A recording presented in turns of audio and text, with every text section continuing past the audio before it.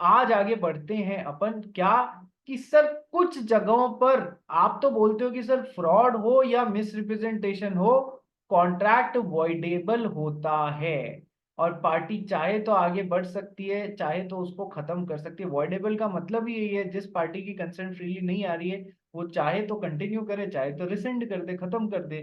ठीक है सर। लेकिन सर अब कुछ सिचुएशंस लॉ ने खुद ने ऐसी बोली हैं, चाहे कॉन्ट्रैक्ट फ्रॉड के थ्रू बन रहा हो या मिसरिप्रेजेंटेशन के थ्रू बन रहा हो, तो भी वो कॉन्ट्रैक्ट वॉइडेबल नहीं होगा। कि सर पार्टी को ये ऑप्शन नहीं मिलेगा। सर ऐसे कैसे? मैं बताता हूं अभी आपको। मान लो हमारा दर्श जैन है और हमारा अक्षित कासट है। ठीक है सर। कासट ने क्या किया, दोनों ही मेजर है, हाँ, दोनों कॉम्पिटेंट टू कॉन्ट्रैक्ट है हर तरीके से। ओके। कासेट ने क्या किया, दर्ज जैन को इतने जूते लगाए, ठीक है, और इसको बोला अपनी मोटरसाइकिल मेरे नाम करता है क्या 10,000 रुपए में? दर्ज जैन ने कहा हाँ भाई ले ले 10,000 रुपए, मैं तेरे को मोटरसाइकिल दे देता हूँ, तू मेरे को 10,000 रुपए दे दे, जिंदा रहा तो और मोटरसाइकिल पे घूम लूंगा, तू जिंदा ही नहीं छोड़ेगा तो फिर क्या? तो सर ये जूते लगाए या चलो फ्रॉड, अपन सॉरी फ्रॉड और मिसरिप्रेजेंटेशन की बात करें ना, ये तो एग्जाम्पल कोवर्जन का हो गया। वापस एक बार एग्जाम्पल वापस लेते हैं कि सर अक्षित ने जानबूझ के गलत रिप्रेजेंट किया इसके सामने, दर्श जैन के सामने, की मेरी मोटरसाइकिल की कैपेसिटी, इंजन की कैपेसिटी बहुत अच्छी है और ये माइलेज भी बहुत अच्छा देती है, ऐसा कह के मोटरसाइकिल इसको बेचने का कॉन्ट्रैक्ट बना दिया। ठीक है सर। और पैसे खुद ने रख लिए। ठीक है sir. Okay sir.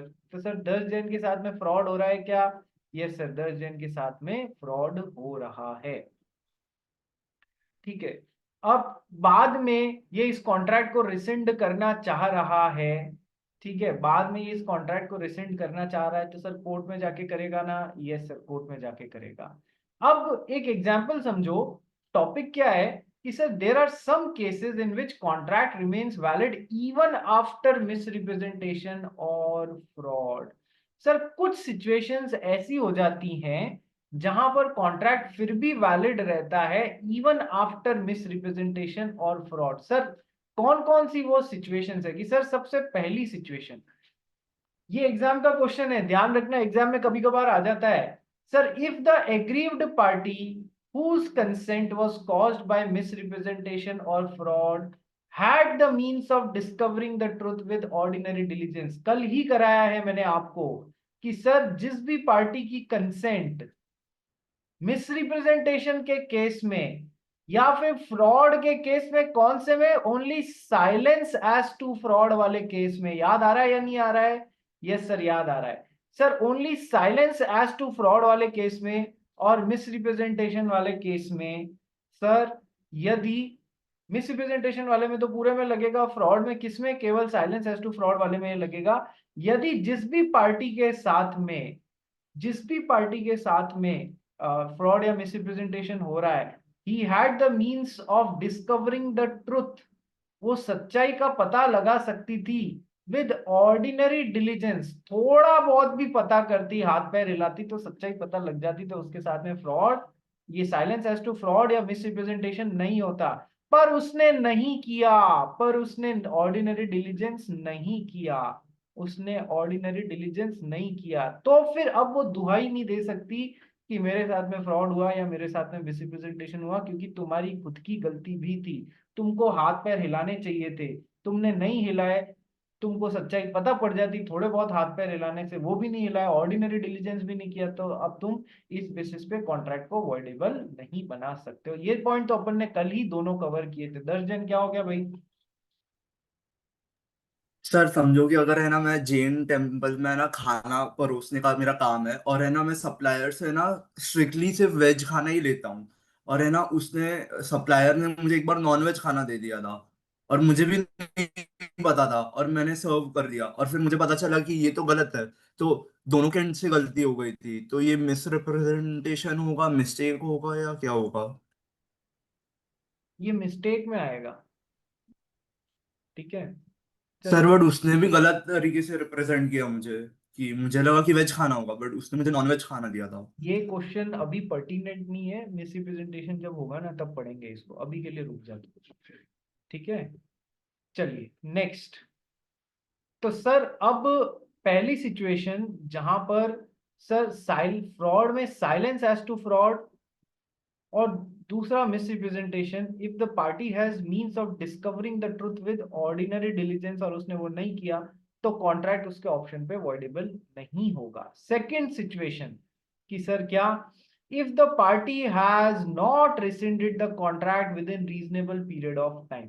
Sir party की कंसेंट फ्रॉड या मिसरिप्रेजेंटेशन से आ रही है, एक्स ने वाई की कंसेंट फ्रॉड या मिसरिप्रेजेंटेशन से ली, तो सर कॉन्ट्रैक्ट वाई के ऑप्शन पे वॉइडेबल है, वो चाहे तो आगे बढ़े चाहे तो रिसेंड करे। सर यदि इसने एक रीजनेबल टाइम पीरियड के अंदर अंदर कोर्ट में जाके इसको रिसेंड कराने की कोशिश नहीं की या रिसेंड नहीं कराया, तो अब इसको सिवाय कंटिन्यू करने के और कोई ऑप्शन नहीं बचता है। ठीक है sir. Sir what do you mean by reasonable time period, ये बात मैं आपको पहले भी बता चुका हूं कि लॉ में कहीं पर भी रीजनेबल टाइम पीरियड को डिफाइन नहीं किया गया कि कितने पीरियड के अंदर अंदर कोर्ट में पहुंचना होता है रिसेंट कराने के लिए। Sir time to time basis पे वो रीजनेबल टाइम पीरियड डिसाइड होता है। सर तो फिर हम कुछ जगहों पर तो हम ला सकते हैं कि सर कितने टाइम पीरियड में।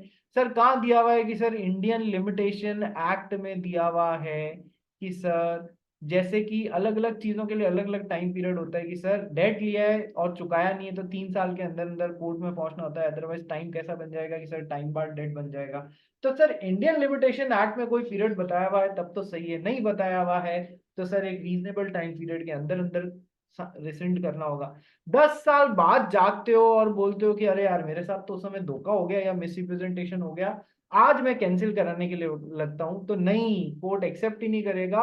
अब आपको कंटिन्यू करने के सिवाय कोई ऑप्शन नहीं है, अब आप रिसेंट नहीं कर सकते हो। वाजिब बात भी है, तुम अपने राइट्स के प्रति सोते रहे हो तो फिर कौन तुम्हारी मदद करेगा, कोई भी नहीं करेगा। Third, if the parties cannot be put in original position, यदि पार्टीज को ओरिजिनल पोजीशन में वापस नहीं लेके आया जा सकता है।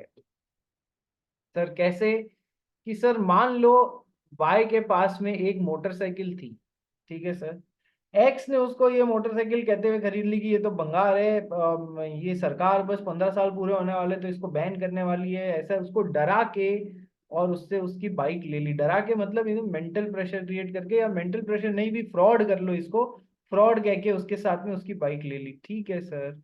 अब सर उसने ये बाइक आगे मिस्टर जेड को बेच दी जिन्होंने गुड फेथ में खरीदी, उनको नहीं पता पीछे कोई लफड़े से ये बाइक हासिल करी है।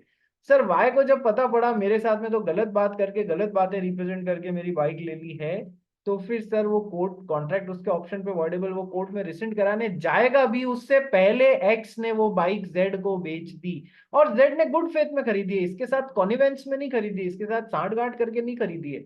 तो सर अब मान लो कॉन्ट्रैक्ट जो है वो वॉइडेबल कोर्ट घोषित कर भी दे कि ओरिजिनल पार्टी ओरिजिनल पोजीशन में आओ, तो सर अब क्या आया जा सकता है? नहीं सर। ये इसके पैसे भले इसको वापस दे दे, क्या ये इसको इसकी बाइक वापस लौटा सकता है? नहीं लौटा सकता है। इस वजह से sir when the parties cannot be put back in original position, तो भले ही कॉन्ट्रैक्ट वॉइडेबल है या नहीं है सर, अब उससे कोई फर्क इसलिए नहीं पड़ता क्योंकि पार्टीज अब ओरिजिनल पोजीशन में लाई ही नहीं जा सकती हैं। So if the party has not rescinded the contract within reasonable period of time, and if the parties cannot be put in the original position, then तो फिर सर भले ही फ्रॉड या मिसरिप्रेजेंटेशन से बनाया हुआ है तो भी सर अब उसके साथ चलना पड़ेगा। ज्यादा में ज्यादा आप क्या मांग लोगे? डैमेजेस मांग लोगे, इससे ज्यादा कुछ नहीं कर सकते। ठीक है। Where before the contract is rescinded third party has acquired rights in good faith and for value, यही हुआ। सर ये वाई कोर्ट में जाके कॉन्ट्रैक्ट को रिसेंड करा था, उससे पहले ही कॉन्ट्रैक्ट किस किस के बीच में बना था? सर एक्स और वाई के बीच में बना था बाइक को खरीदने और बेचने के लिए। लेकिन थर्ड पार्टी यानी कि mister Z, third party that is who is not a party to this contract is third party. तो थर्ड पार्टी ने has acquired a right in that subject matter, that too in good faith, that too in good faith. Sir good faith में acquire कर लिया है right.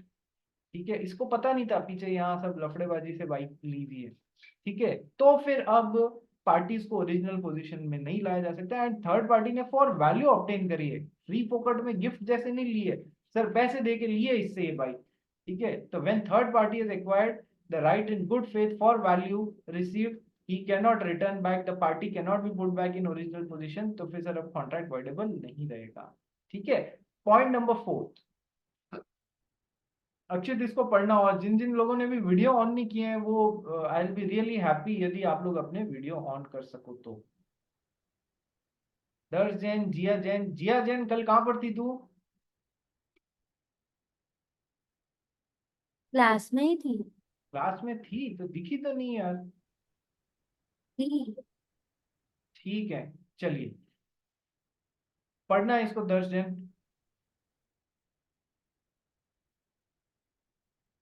4. Where a party commits fraud or misrepresentation, but the other party is not in fact misled by such fraud or misrepresentation, the contract cannot be avoided later. Thus, where a seller of goods deliberately conceals a fault in order that buyer may not discover it, even if he inspects the goods. Example, covering the cracked hoof of horse with some chemical, or repairing with hiding the cracked body of a scooter. But in case if the buyer does not in fact make any inspection, the buyer cannot avoid the contract as he is not deceived by the conduct of the seller.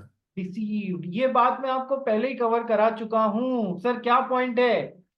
मान लो कि दर्श जैन ने जिया जैन को चूना लगाने की कोशिश की। चूना लगाने की मतलब समझते हो ना, शैंडी लगाने की तुम्हारी लोकल भाषा में, मतलब कोई धोखा देने की कोशिश की। क्या? मेरी फैक्ट्री में 500 यूनिट्स पर डे की प्रोडक्शन कैपेसिटी है, ठीक है सर। एक्चुअल में प्रोडक्शन कैपेसिटी कितनी थी कि सर 300 थी। लेकिन जिया जैन जो है उसने इसकी फैक्ट्री इसलिए नहीं खरीदी कि फैक्ट्री में 500 यूनिट प्रोडक्शन कैपेसिटी थी या 300 यूनिट प्रोडक्शन कैपेसिटी थी। उसने तो उस फैक्ट्री की जमीन में वैल्यू देखी इसलिए खरीदी। तो क्या उसने फ्रॉडुलेंट स्टेटमेंट के बेसिस पे कॉन्ट्रैक्ट बनाने का डिसीजन लिया है? नहीं, ठीक है। तो सर क्या ये कॉन्ट्रैक्ट फ्रॉड के बेसिस पे बना है? नहीं सर। तो क्या कॉन्ट्रैक्ट जिया जैन के ऑप्शन पे वॉइडेबल होगा? नहीं सर। क्या लिख रहे हैं यहाँ पर? Where the party commits fraud और मिसरिप्रेजेंटेशन, एक पार्टी ने तो कोशिश कर ली कि फ्रॉड या मिसरिप्रेजेंटेशन हो जाए, but the other party is not in fact misled by such fraud और मिसरिप्रेजेंटेशन, वो इसके कारण मिसलीड नहीं हुई, ठीक है। The contract can not be avoided later, ठीक है सर। नेक्स्ट सर, और इसका एक और एग्जांपल बताया था मैंने कि सर ये घोड़े के 4 पैर हैं, यस सर। घोड़े की क्रैक्ड हूफ को किसी ने केमिकल से भर दिया, तो आप यदि इंस्पेक्शन करते हैं, सर उसने क्रैक्ड हूफ को केमिकल से भर दिया ताकि वो बेच सके। सर अब बोलता कुछ नहीं है, लेकिन सर ये क्या हुआ, कल आपको इसके लिए एक टर्म बताया था ना, एक्टिव कंसीलमेंट। एक्टिव कंसीलमेंट बताया था या नहीं बताया था? यस सर, एक्टिव कंसीलमेंट शब्द बताया था, ओके। तो सर एक्टिव कंसीलमेंट से धोखा हो जाए, अब आप कहोगे मैं तो चुप रहा, मैंने तो कुछ भी नहीं बोला। तो कल अपन ने रूल पढ़ा था, साइलेंस कभी भी फ्रॉड नहीं होता है। बट सर एक्टिव कंसीलमेंट किया है और चुप रह गए, और सामने वाले ने इंस्पेक्शन किया और इस एक्टिव कंसीलमेंट के कारण धोखा खा गया, तो सर फ्रॉड हो रहा है या नहीं हो रहा है? सर बिल्कुल हो रहा है। लेकिन सर आपने तो एक्टिव कंसीलमेंट कर दिया, सामने वाले भाई ने इंस्पेक्शन ही नहीं किया और ऐसे ही घोड़ा खरीदने को तैयार हो गया, तो क्या आपके एक्टिव कंसीलमेंट से उसने धोखा खाया? नहीं सर, हमारे एक्टिव कंसीलमेंट से नहीं, उसने तो डिसीजन वैसे ही ले लिया था घोड़े को खरीदने का। तो सर क्या उसके साथ में फ्रॉडुलेंट बेसिस पे कॉन्ट्रैक्ट बन रहा है? नहीं सर। तो क्या कॉन्ट्रैक्ट उसके ऑप्शन पे वर्डेबल होगा? नहीं सर, क्योंकि यहाँ पर फ्रॉड इसलिए नहीं हो रहा है क्योंकि उसने इंस्पेक्शन ही नहीं किया। इंस्पेक्शन करता और उस कंसीलमेंट के कारण धोखा खाता, तो फिर फ्रॉड के बेसिस पे कॉन्ट्रैक्ट बनता। कितनी इजी बात है दर्जन, है ना? सर आपको इसलिए इजी लग रही है क्योंकि आप टीचर हो, हमारे तो करंट उड़ गए हैं सर के, ठीक है। चलो नेक्स्ट, तो यही एग्जाम्पल है, एग्जाम्पल बोलते तो एक्सप्लेनेशन है, ठीक है। चलिए आइए लास्ट पार्ट करते हैं फ्रॉड और मिसरिप्रेजेंटेशन का। Differentiate between misrepresentation and fraud, कभी कभार आ जाता है एग्जाम में, क्योंकि इजी है ना तो इतनी ज्यादा बार तो नहीं आता है, पर आ जाए तो हमको भी आना चाहिए। चलिए पहला, क्या धोखा देने का इंटेंशन होता है? Is there an intention to deceive? Miss fraud में होता है ना सर, बिल्कुल होता है, fraud implies an intention to deceive, जबकि मिस रिप्रेजेंटेशन में बात तो हम फ्रॉड जैसी गलत ही कर रहे हैं, सामने वाले के सामने गलत बात रिप्रेजेंट कर रहे हैं, पर क्या यहाँ पर धोखा देने की कोई नियत होती है? नहीं सर। यही तो डिफरेंस है फ्रॉड और मिस रिप्रेजेंटेशन में, कि सर फ्रॉड में धोखा देने का इंटेंशन होता है, मिस रिप्रेजेंटेशन में धोखा देने का इंटेंशन नहीं होता है। ठीक है sir. Second, different belief or knowledge of truth. The person believes his statement to be true. The person knowingly makes false statements. The person knowingly makes false statement. जानबूझ के करता है, और recklessly makes a statement without knowing whether it is true or false. ये भी कभी कभार reference में आता है सर, बिना ये सोचे समझे कि स्टेटमेंट सच है या झूठ है, बस बेचने के लिए बोल देना।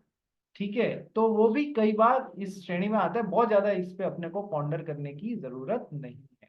ठीक है, the person knowingly makes false statement, जबकि इधर वो अपने स्टेटमेंट को ट्रू बिलीव करता है। Next, rescinding the contract and claim for damages. Sir, यदि कॉन्ट्रैक्ट फ्रॉड के थ्रू बनाए तो आप कॉन्ट्रैक्ट को रिसेंड भी कर सकते हो, और मिसरिप्रेजेंटेशन के थ्रू भी बनाए तो आप कॉन्ट्रैक्ट को रिसेंड कर सकते हो, एक्सेप्ट दी अबव एक्सेप्शंस जो हमने यहाँ पर पढ़े हैं। उसके अलावा यदि फ्रॉड और मिसरिप्रेजेंटेशन से बनाए तो कॉन्ट्रैक्ट को हम रिसेंड कर सकते हैं। क्यों रिसेंड कर सकते हैं? क्योंकि कैसा कॉन्ट्रैक्ट बनता है, कैसा कॉन्ट्रैक्ट बनता है सम्यक, कैसा कॉन्ट्रैक्ट बनता है यदि कॉन्ट्रैक्ट फ्रॉड और मिसरिप्रेजेंटेशन के थ्रू बन रहा है तो voidable. अवॉइडेबल बनता है। ठीक है, यस सर। बट सर एक फर्क है, डैमेजेस। सर फ्रॉड में तो आप डैमेजेस डिमांड कर सकते हो, मिस रिप्रेजेंटेशन में चूंकि धोखा देने की कोई नियत नहीं होती, गलती से गलती हो गई, इस वजह से डैमेजेस आप मिस रिप्रेजेंटेशन में डिमांड नहीं कर सकते हो। आरुष मुंद्रा से जब भी गलती होती है ना, आरुष मुंद्रा बोलता है अपनी मम्मी को, मम्मी गलती से मिस्टेक हो गई, ठीक है, मेरे इंटेंशनल मिस्टेक नहीं थी, गलती से मिस्टेक हो गई। ठीक है, चलिए नेक्स्ट, ऑर्डिनरी डिलीजेंस केस या means to discover the truth. Sir अपन ने अभी भी पढ़ा, कल भी पढ़ा था कि सर यदि किसी पार्टी के पास में ऑर्डिनरी डिलीजेंस के थ्रू सच्चाई का पता लगाने का रास्ता था और उसने नहीं लगाया तो मिस रिप्रेजेंटेशन के केस में तो कॉन्ट्रैक्ट वॉइडेबल नहीं होगा। The aggrieved party cannot avoid the contract if he had the means to discover the truth with ordinary diligence. ठीक है, but sir in case of fraud, excepting fraud by silence, fraud by silence को छोड़ दो, वहां पर ordinary diligence नहीं लगाया तो कॉन्ट्रैक्ट वॉइडेबल नहीं होगा। बट नॉर्मल फ्रॉड की बात करूं मैं, जहां पर मिस्टर एक्स ने मिस्टर वाई के सामने कुछ रिप्रेजेंट किया है, डालडा घी को देसी घी बना के रिप्रेजेंट किया है, ठीक है, अब यहां पर ऑर्डिनरी डिलीजेंस किया जा सकता था या नहीं किया जा सकता था का महत्व ही नहीं रहेगा, क्योंकि उसने आपके साथ में धोखा करने की कोशिश कर ली है, उसने आपके साथ में धोखा करने की कोशिश कर ली है, कुछ ऐसा रिप्रेजेंट कर दिया है जो खुद में गलत था, तो सर वहां ऑर्डिनरी डिलीजेंस का महत्व नहीं रहेगा, कॉन्ट्रैक्ट हमेशा आपके ऑप्शन पे वर्डेबल रहेगा। हाँ, साइलेंस एज टू फ्रॉड, क्या साइलेंस चुप रहना फ्रॉड होता है? नहीं सर। तो सर चुप रहना फ्रॉड इन दो जगहों पर होता है जो कल सिचुएशंस बताई थी, उसमें से भी यदि ऑर्डिनरी डिलीजेंस से आप गलती का पता लगा सकते थे और आपने नहीं लगाया तो फिर अब कॉन्ट्रैक्ट आपके ऑप्शन पे वर्डेबल नहीं होगा। ठीक है, ये बात हम पढ़ चुके हैं। नोट नंबर 1 आरुष मुंदड़ा पढ़ेगा, note number 1। We know that aggrieved party, in case of fraud, misrepresentation, coercion, and undue influence, can avoid or rescind the contract. Contract is voidable as such party's free consent is missing. Point number 2, The aggrieved party, if it wants, can either continue with the contract or rescind the same.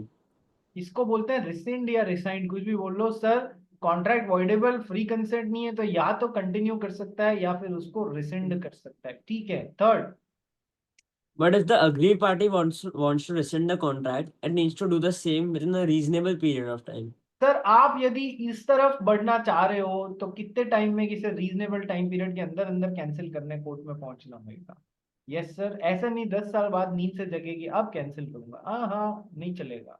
Point number 4 and most important point, The aggrieved party loses the right to rescind the contract if it, after becoming aware of the circumstances, takes a benefit under the contract or in some way affirms, confirms it. Long versus Lloyd. Case का Case. नाम है long versus Lloyd और ये question exam में आया हुआ है। Sir party किसी की कंसेंट फ्रीली नहीं आ रही है, कोर्जन, अंडर इन्फ्लुएंस, फ्रॉड या मिसरिप्रेजेंटेशन के थ्रू आ रही है, तो कॉन्ट्रैक्ट वॉइडेबल है, वो चाहे तो आगे बढ़े चाहे तो रिसेंड कर दे। Okay sir.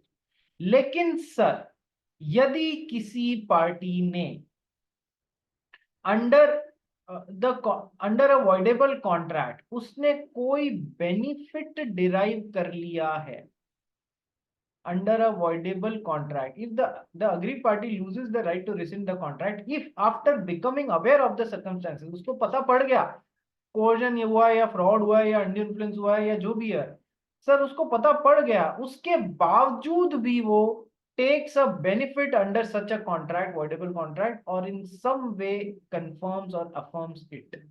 सर दो बातें निकल के आ रही है इससे। सर क्या, सबसे पहले तो सर यदि आपने एक बार इस रास्ते पे बढ़ना कंफर्म कर दिया तो अब आप घूम के वापस दोबारा इधर नहीं आ सकते। यदि आपने एक बार इस रास्ते पे बढ़ना कंफर्म कर दिया तो अब आप बाद में इधर नहीं आ सकते हो। या फिर आपने कोई अंडर अवॉइडेबल कॉन्ट्रैक्ट कोई बेनिफिट डिराइव कर लिया है, पता पड़ने के बाद में कि कॉन्ट्रैक्ट खोटे तरीके से बना है, अवॉइडेबल है, उसके बाद में कोई बेनिफिट डिराइव कर लिया है, तो सर आप फिर वापस अब उसको रिसेंड नहीं कर सकते हो। कि सर कैसे, एक एग्जांपल से मुझे आपको समझाना है, तो उसके लिए सब जने एक बार सेम लिंक पे रिजॉइन करेंगे। सेम लिंक जो जूम लिंक का है उस पर रिजॉइन कीजिए।